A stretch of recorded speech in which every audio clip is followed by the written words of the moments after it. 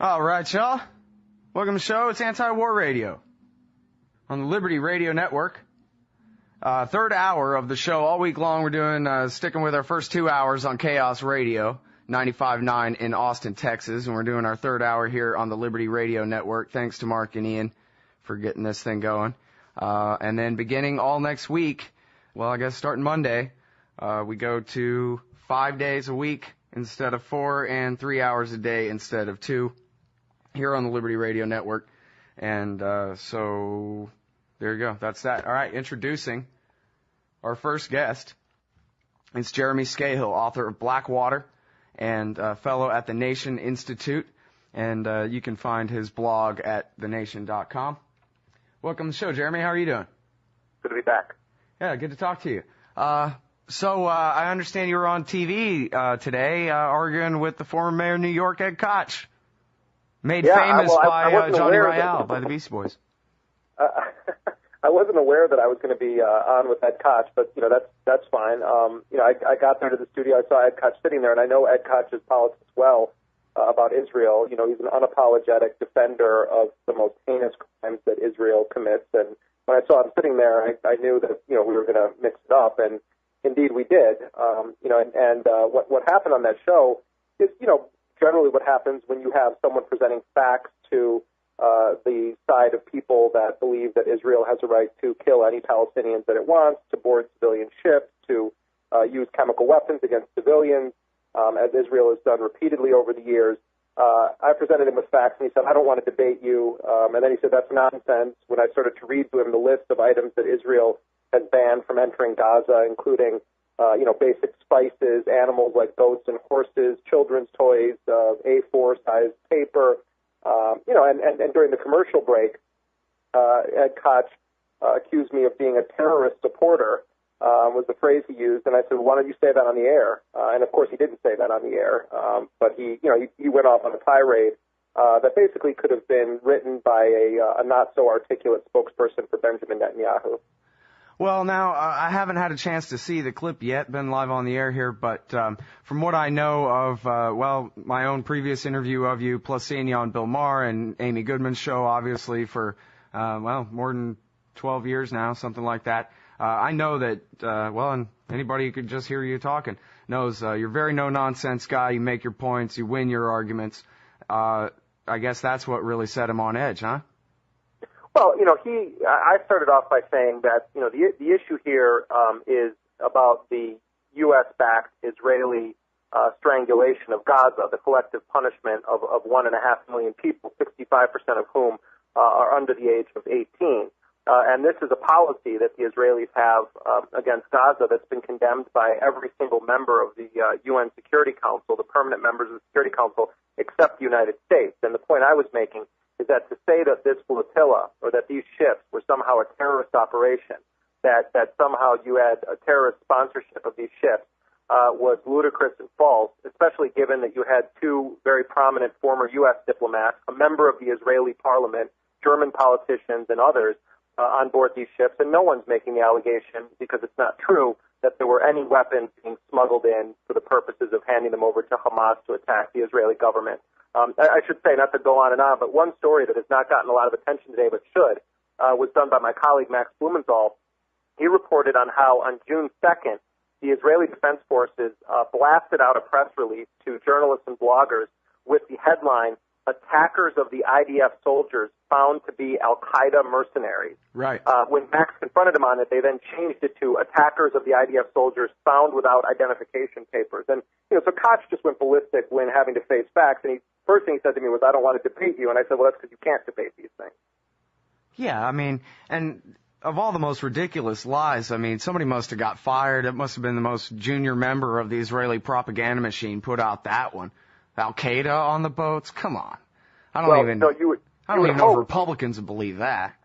You would hope that it was just a sort of error by someone low down, but they actually, when pressed on it, the IDF spokespeople told Max that they had gotten that information from the Israeli National Security Council, and they said they don't have any more information on it, but that's where they got it. So clearly they're saying that they got it from someone in a position of power or knowledge in Israel, and now they've had to back off of it, just as they've had to back off a lot of the initial claims about that ship. And now the lingering question as far as the pro-Israel crowd is concerned centers around trying to make the issue Hamas. Hamas didn't attack that ship, and there were no weapons for Hamas there. The issue isn't Hamas. The issue is collective punishment. That's what they don't want to talk about. Mm-hmm. Well, and apparently the news is out today. I saw it earlier this morning in some Turkish press, but now apparently ABC News is confirming that one of the dead from the raid is an American 19-year-old kid shot 4 times in the head, Jeremy? Yeah. Well, this is sad. I mean, this despite the fact that he's 19, this is a kid that I understand is going to high school in Turkey, and he was shot, I guess, 4 times in the head, once in the chest, according to the reports that are coming out now from Turkey. When you realize that we are quite possibly facing a fact that one of the 10 individuals that we know about that were killed on that ship was an American citizen, and you juxtapose that with the U.S. response, with Biden saying last night on Charlie Rose's show, what's the big deal about this? Can you imagine any other nation? Imagine if Iran or North Korea had killed a U.S. citizen, a 19-year-old high school student, shooting him 4 times in the head. The response would not be anywhere near what we're seeing with Israel, where the U.S. is basically defending Israel's massacre of civilians, including apparently a U.S. citizen. It's unfortunately, and I know you know this too, this isn't shocking. It's always shocking to see this kind of life loss on a moral level, but Israel's been doing this for so long to the Palestinians, assassinating people, including in third countries, using British passports, firing Hellfire missiles. Unfortunately, we can't be shocked anymore by Israel's conduct. Well, I guess the most surprising part of it to me is that they didn't learn their lesson at MSNBC from having Glenn Greenwald on the other day. Well, and then they let you on. Why would they even let anyone who has the will and the capacity to refute somebody like Ed Koch even on MSNBC?